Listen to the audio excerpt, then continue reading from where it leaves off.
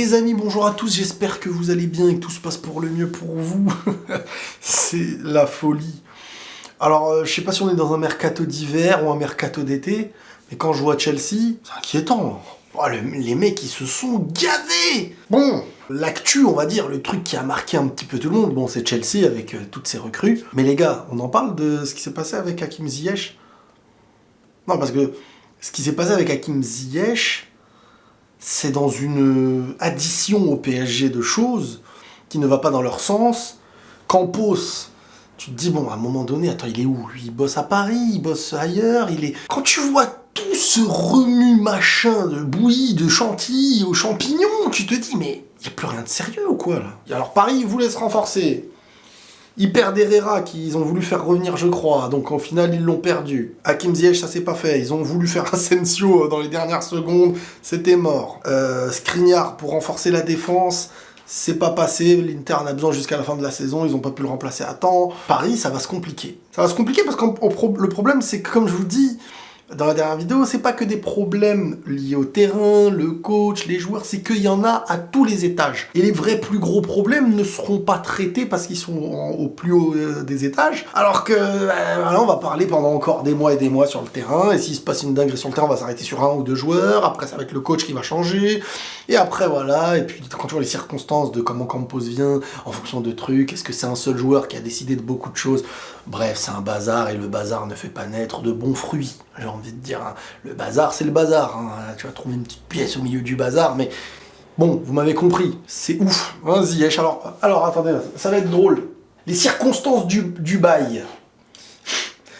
Les étapes de l'échec Ziyech au PSG. Alors, Chelsea envoie un mauvais contrat au PSG. Bon, le mec... Je veux dire, il y a des métiers où quand tu fais une erreur, tu sautes. Le mec, il a eu le droit à 4 chances. Enfin, le mec ou l'équipe. Deuxième tentative, Chelsea envoie le bon contrat, mais ils n'ont pas signé. Ah! Troisième tentative, Chelsea envoie une autre mauvaise version du contrat, mais toujours sans signature. Quand il y a un mec, il était avec les papiers, bon, on fait comment? Il les jette. C'est celui-là? Non, c'est pas bon. Ok. C'est celui-là? Oui, c'est le bon, mais t'as pas signé. Bon, ok. Et comment après, le même contrat qui est censé ne pas être signé, t'as juste à signer, t'envoies une mauvaise version du contrat, et toujours pas signé. Et ensuite, à la fin, Chelsea envoie le bon document, mais trop tard. Il y a volonté de nuire à l'individu ou à l'équipe d'en face. Personnellement, moi, je le perçois comme une volonté. Tu peux pas faire autant de boulettes dans un domaine aussi sérieux. On m'a évoqué hier, ça me rappelait un peu à l'époque où Ntero, il paraît qu'il s'était endormi pour faire affaire avec le Bayern à l'époque de Boateng. Non mais Paris, oh, à un moment donné, les mecs, c'est pas sérieux, je veux dire... Tu peux faire une erreur, dernière minute, on s'y est pris à la fin. Bon, déjà, s'y prendre dans les dernières minutes, c'est un gros problème. Hein. Tu t'y prends dans les dernières secondes, Paris, tu te dis, et entre-temps, truc, ça parle de Cherki, au final, tu fais rien. Et tu vas jouer ta Ligue des Champions avec des problèmes affichés au grand public, que tu vas devoir gérer en interne. Si en plus de ça, il n'y a pas de nouvelles fissures sportives qui arrivent. Comme d'hab, à la même période, tu sens que ça va exploser. C'est ça le problème. Bref. Je vais répondre à certaines de vos questions. Alors déjà, je me posais une question avant même que vous me la posiez. C'est concernant déjà Amrabat. Sofiane Amrabat, joueur du Maroc, qui a fait une Coupe du Monde excellentissime. Je me dis toujours, parce que je le connais pas et je le suis pas, donc c'est vraiment un questionnement que je me disais, est-ce que ce gars qui nous a montré une Coupe du Monde de folie peut maintenant avoir de la régularité sur le terrain, dans des clubs, voire dans des gros clubs. Alors, il y a eu de l'intéressement. Des gros clubs ont pu être intéressés, dont le Barça, dont les supporters du Barça qui étaient aussi chauds pour le faire. Alors moi, je me dis, quand je vois le niveau de la Coupe du Monde, oui, mais je le veux partout, celui-là. Maintenant, je me dis, est-ce que, dans un club comme le Barça, il aurait, bon, ça c'est pas faire, mais est-ce qu'il aurait vraiment pu vraiment s'instaurer comme un titulaire et tout? C'est là où je me questionne. Je ne dis pas oui, je ne dis pas non. Ce qui est compliqué dans les Coupes du Monde, c'est que des joueurs se révèlent, parce que le potentiel existe chez énormément de joueurs, mais dans un contexte précis, parfois, avec une équipe nationale. Comme je vous disais, quand tu vois Raïs Mboli qui fait une Coupe du Monde de folie, là, contre l'Allemagne, contre les trucs, il fait des arrêts de fou, tu te dis, mais pourquoi il ne goal pas dans un autre club, ce mec? Et en club, c'est pas ça, parce que il y a des joueurs qui arrivent à s'exprimer dans un contexte d'un petit instant, avec les siens, dans son pays, dans un contexte précis d'une équipe nationale et d'un public qui l'encourage.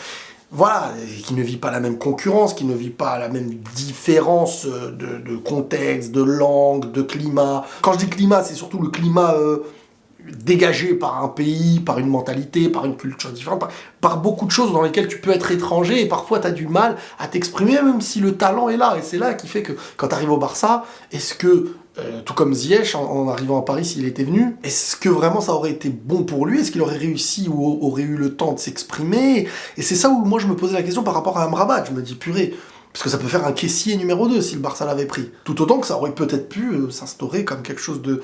Mais je me dis, c'est vraiment du questionnement que j'avais, voilà. Bon, je vais vous lire un petit peu... Ah oui, il y a aussi Cancelo au Bayern. Cancelo au Bayern, c'est venu comme ça. Et après, t'apprends que, ouais, le mec, machin, truc... Cancelo au Bayern. Bayern qui va affronter Paris. Paris qui n'a réussi à rien recruter, qui est en difficulté, très grosse difficulté défensivement, dans l'équilibre. Paris est en train de perdre les éléments qui étaient les points forts il y a quelques années. Et le Bayern, qui n'est pas dans une grande forme, mais qui arrive avec une doublette sur les côtés, Davies, Cancelo. Je sais pas si Mané va revenir. Ils sont flippants quand même, les garçons. Après, la Ligue des Champions, c'est une nouvelle compète, c'est pas le championnat, c'est pas la même mentalité, tu mets pas la même énergie, ni la même adrénaline, les joueurs vont s'éveiller côté Bayern et côté Paris aussi. Bon, allez, on prend quelques questions. Alors, déjà, mon avis sur l'affaire Ziyech, bon bah je l'ai évoqué, hein, c'est n'importe quoi. À la fois pour Paris de prendre le risque des dernières secondes, à la fois pour Chelsea qui je pense s'en tapait. Eux ils ont dépensé plus de 500 ou 600 millions d'euros, hein, des Joao Félix, bref ils ont fait un mercato d'hiver. Si en hiver ils font ça, je sais pas ce qu'ils vont faire en été. Enfin bref, là normalement ça y est, là tu peux plus recruter autant. Donc l'affaire Ziyech, bah bizarrement ça tombe sur Paris, voilà, c'est ça que je me dis, c'est que c'est bizarre. Cette équipe-là, en ce moment, à cette période, c'est fou. Très mal géré. Voilà, très mal géré. Penses-tu que le Real n'a pas recruté car il pense sérieusement que l'effectif ne doit pas être renforcé, ou parce que le club a jugé que les joueurs disponibles n'étaient pas au niveau? Je vais y répondre un peu après, parce qu'il y a plusieurs questions sur le Real. Il y a une personne qui me dit, ne trouves-tu pas que le mercato d'hiver a pris une plus grosse ampleur que celui des autres années? Ouais, parce que moi, perso, individuellement, ce que je ressens dans ce mercato d'hiver, c'est un mercato d'été, comme un mercato d'été. Mais il faut dire que c'est après une Coupe du Monde d'hiver qu'on n'avait jamais connue avant. Donc ça joue aussi, peut-être. Pérez va-t-il couler le club en gardant l'argent depuis 15 ans pour Mbappé? Campos, fraude ou crack? Bah... Campos, si le mec ne se préoccupe que d'un club et qui vient dans des circonstances qui sont les circonstances normalement normales, habituelles, dans lesquelles on fait venir un mec de ce calibre, enfin je veux dire, on dirait que rien n'a été fait dans l'ordre des choses et avec les bonnes manières. On dirait que c'est pas professionnel comment les choses se sont faites. Et je veux dire, le mec il a la tête un peu partout, on dirait aussi. Comment tu peux être au PSG et ailleurs? Enfin bref, c'est que ma pensée. Le silence du Real n'est-il pas inquiétant? Y a-t-il un projet sportif vraiment défini dans les années à venir? Bon, maintenant, on revient sur le Real Madrid. Les gars, je vais vous parler comme je le pense, je peux me tromper. Mais quand on dit il n'y a plus de projet, le Real ne recrute pas, il y a quand même Endrick. On parle de projet, hein. Donc l'avenir. Endrick. Il y a Fran Garcia qui va venir l'été prochain. Alors on ne sait pas ce qu'il va valoir au Real, partir, rester ou pas. Et t'as le dossier Bellingham qui avance. Alors, ça va aller, ça va pas aller, je sais pas, mais qui avance. Entre-temps, l'année dernière, t'as fait Tchouaméni. L'année d'avant, t'as fait Camavinga. Moi, ma pensée, c'est que le Real, certes, on est pressé, moi le premier, hein, j'ai envie qu'on remplace Carvajal, j'ai envie qu'il y ait un remplaçant à Mendy, j'aimerais bien avoir une doublure offensive, mais j'ai le sentiment que le Real a une manière de faire qui n'est pas dans la précipitation et qui est dans la préparation. Et je suis désolé, le projet futur du Real est quand même beau. Il suffit que demain, tu me ramènes un attaquant de grande classe et tu compenses un ou deux ailiers sur 2 ans à peu près. Je veux dire, c'est pas infaisable. Je pense que le Real ne recrute pas d'attaquants parce qu'ils ont en tête Mbappé, je vous le dis comme je pense. Ils ont, pour moi, Mbappé en tête. Ça pourrait peut-être se faire en 2024 ou pas, tout dépendra après des contrats, de Paris, je n'en sais rien. Je pense que le Real a en tête un gros coup. Et à côté... la jeunesse est en train d'arriver quand même. Attends, t'as Vinicius qui grandit, t'as Rodrigo qui grandit, t'as Valverde, t'as Tchouaméni, t'as Camavinga, t'as Militao, t'as Endrick qui est signé, t'as Fran Garcia pour l'été prochain, t'as peut-être Bellingham, imaginez si Bellingham ça se fait. Bon, C'est du solide. C'est juste que nous, là, on est au présent. Et sur le présent, il y a des failles. Et ces failles-là, pour l'instant, demanderont du temps. Maintenant, le Real se dit, avec ce qu'on a, on continue d'avancer, mais le projet n'est pas arrêté. Ça va arriver. Quand je vois des gens précipités, il n'y a pas de truc, Cancelo. Mais Cancelo, ok, à un moment donné, il est parti au Bayern. Mais peut-être que le mec ne voulait pas aller au Real. Alors, il y a toujours des rumeurs par-ci, par-là. Mais peut-être que ça ne pouvait pas se faire. Pourquoi, dès qu'un joueur est libre, on se dit, ah, mais le Real ne l'a pas pris. Oh, le Real a laissé partir Hakimi. Oh, le Real a laissé partir Théo, oui, mais bon, tu fais quoi? T'as 2 titulaires au même poste, tu dis quoi? À un moment donné, les joueurs, on les comprend, ils veulent partir, voilà, c'est comme Kovacic, c'est des mecs, ils ont voulu une place de titulaire dans des autres clubs, et tu peux pas l'empêcher. Tu peux pas avoir 2 titulaires dans la même équipe. Et c'était des moments où Carvajal, tu le sautais pas, et des moments où Marcelo, tu les sautais pas. C'est impossible. Donc, c'est comme ça. Ça va prendre du temps. Et le Real, n'oubliez pas, c'est les tenants du titre de la Ligue des Champions. On est là à dire, il n'y a plus de projet, il n'y a plus rien et tout. Il y a 2 ans, il n'y avait ni Vinicius, ni Rodrigo,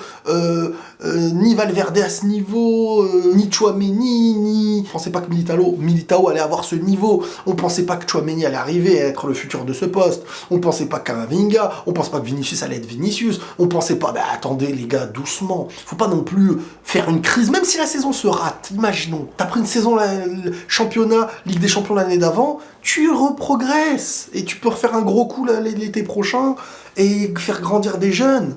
Il faut pas non plus, les gars, cracher dans la soupe qui est très bonne. Je veux dire, le Real nous propose une bonne soupe. T'as Hendrick qui est un futur peut-être gros joueur. Imaginez. On sait jamais. Mais c'est quand même, voilà, un projet. Ce projet sera peut-être en réussite ou en échec. Et le Real a le droit encore de continuer. Le Real, en plus, a l'argent pour faire les choses. Donc, il gère calmement. Et ouais, les doublures, des fois, c'est pas facile. Moi, le premier, ça m'énerve dans des matchs et je fais taper des crises le premier. C'est comme ça. Mais c'est pas non plus la crisouille, quoi. Je veux dire, c'est pas, t'es pas là, tu te dis, mais c'est quoi l'avenir du club, les joueurs? Je veux dire, t'as des jeunes joueurs à plein de postes. En un mercato, tu te refais. En un mercato et demi, tu refais 10 prochaines années. C'est doucement. Si Bellingham, si le Real valide Bellingham, ils ont juste ensuite à se concentrer sur un gros coup offensif. Et, à un moment donné, à trouver des joueurs qui peuvent grandir sur les côtés, voire sur un côté, petit à petit. Petit à petit, je suis désolé, c'est pas du tout la même chose qu'il y a 2 ans en arrière, ce Real-là. Donc ça grandit, et il faut encore attendre et trouver le bon moment pour lâcher peut-être cet argent-là. C'est pas parce qu'à côté tout le monde achète toujours vite et tout, qu'il faut se précipiter aussi. Voilà, faut peut-être attendre un peu plus. Moi, je suis dans cet état je suis dans cette vision. Je sais pas si j'ai raison, si j'ai tort, je vous donne que ma vision, mais il n'y a pas de quoi non plus s'alarmer. Tu peux peut-être rater une saison s'il faut. L'année dernière, on s'était dit la même chose, ils finissent gagnants de la Ligue des Champions et ils gagnent la Liga. Cette année, peut-être tu vas être un peu plus en difficulté sur certains aspects que tu vas renouveler et que la jeunesse sera... Enfin, le Real est l'une des plus belles jeunesses de l'avenir qui existent aujourd'hui. Faut aussi se le dire. Si en plus il ramène Bellingham, waouh. Donc patience. Voilà un petit peu mon retour par rapport à tout ça. Les amis, prenez tous soin de vous et la paix sur vous.